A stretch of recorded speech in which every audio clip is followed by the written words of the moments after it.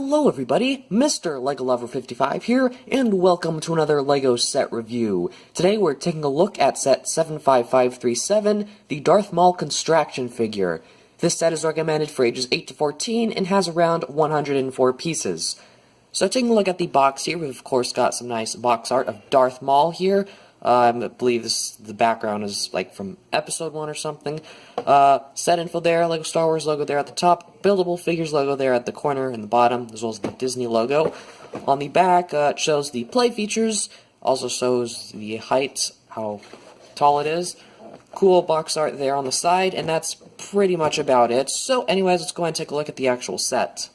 So here is the Darth Maul figure all built up. So I guess we'll go ahead and start off with play features / functions. So he's got this little gear on the back, and normally that would indicate the arms to move, and that does, but this one's a bit interesting. It's not just the typical, oh, the arms like move forward and back like some of the Toa Masters and stuff, but this one actually has a cool motion to it with the double-bladed lightsaber, and I think this is a really cool play feature here. Definitely my favorite part about this set. However, because of this play feature, it did have to sacrifice something very crucial to buildable action figures that most people are used to nowadays, and that is elbow articulation. There is, unfortunately, no elbow articulation aside from moving it side to side a little bit, and it's a bit disappointing that there is no leg articulation at all, but I think LEGO was trying something new with this. I think it's really cool.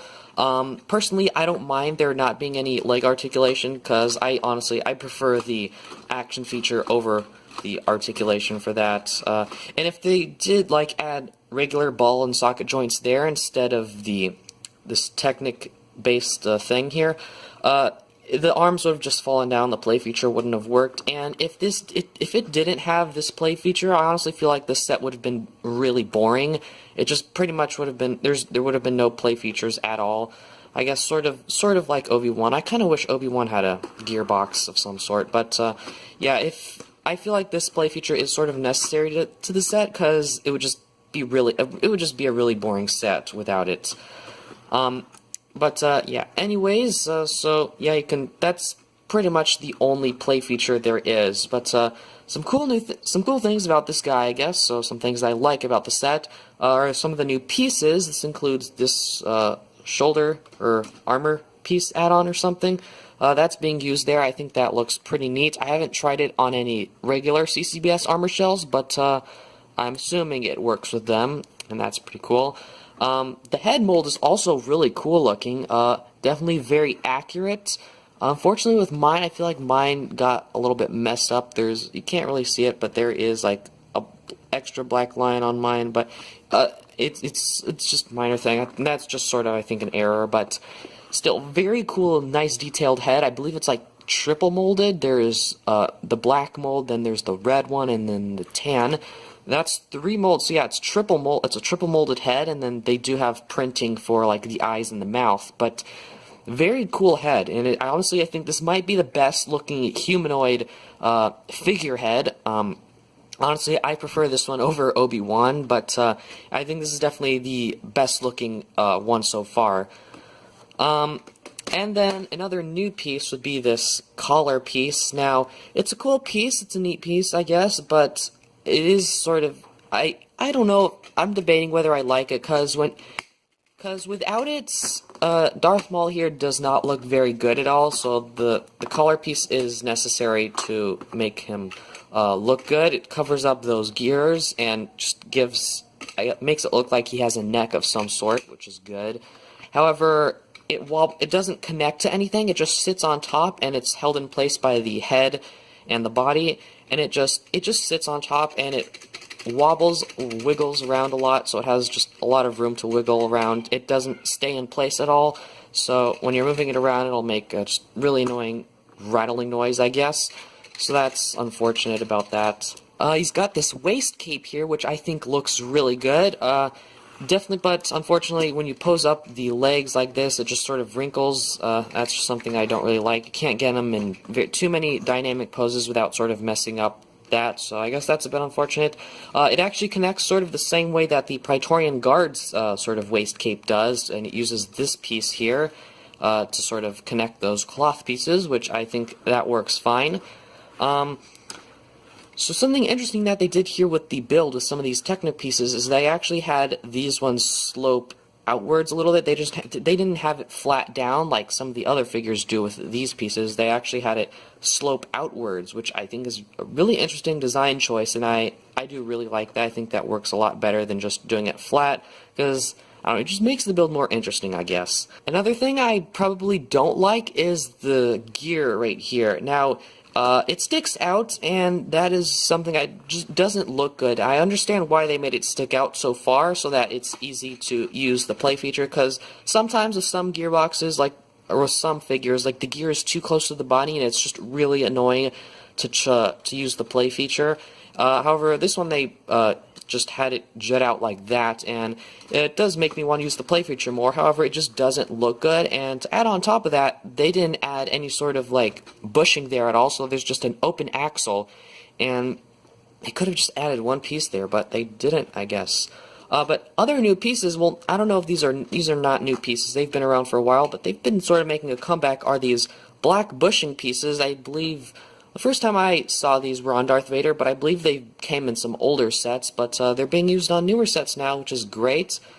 These are very useful in black, I'm sure, and you get quite a few of them in this set, I believe. There's two right there. There's probably more around the set as well, and you do get an extra one, of course, because those are that's the type of piece that you would normally get an extra of. Another thing I don't exactly really like is the lightsaber here. Now, the lightsaber is really cool looking. It's very shiny. I really like how those are these sort of chrome looking pieces, chrome wannabe pieces. They're very shiny. They're not as shiny as a chrome piece that Lego doesn't really make anymore, but still very shiny. I really do like that. However, the lightsaber itself is very, I guess, bendable. It's connected here by a frictionless pin, and however, that allows the lightsaber to sort of wobble around a lot, and so it bends a lot like that. You can sort of see the bend, and that is something I don't exactly like. And it's just very noticeable that it does that, and it just doesn't look. It's just sort of an irritation, I guess. But honestly, that's really about it to Darth Maul. There's not a whole lot interesting about him in his build, other than the arms. That's probably the most interesting part, and they're not even, I guess, I don't know.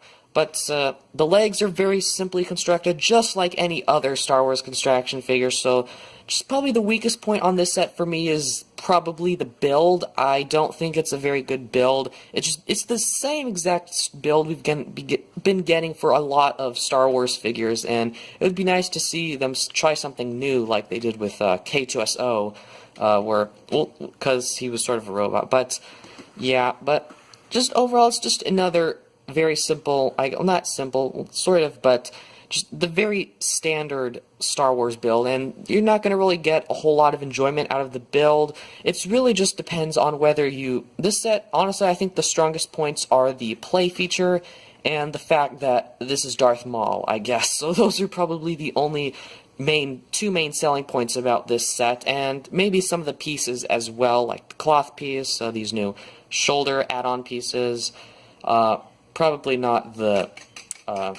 that thing right there, but and the shiny pieces are also nice, but there really isn't a whole lot that makes this set too interesting other than the play feature, the pieces, and the fact that he's Darth Maul. But anyways, I pretty much just went over all my thoughts on this guy. But anyways, let's go ahead and take a look at the instructions. So we'll go ahead and take a quick look here through the instruction manual. Here on the front, same stuff as on the front of the box. Here it shows that if you're confused, you should organize your pieces.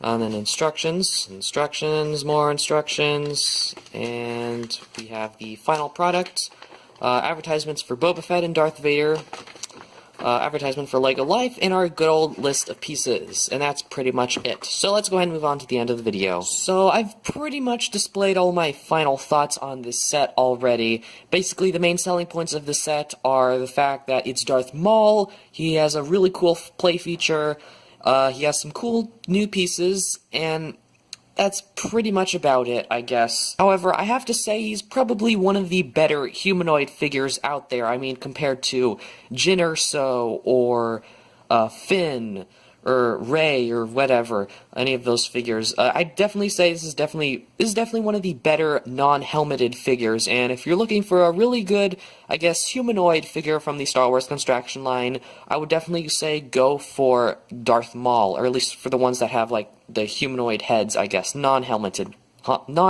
figures, I guess.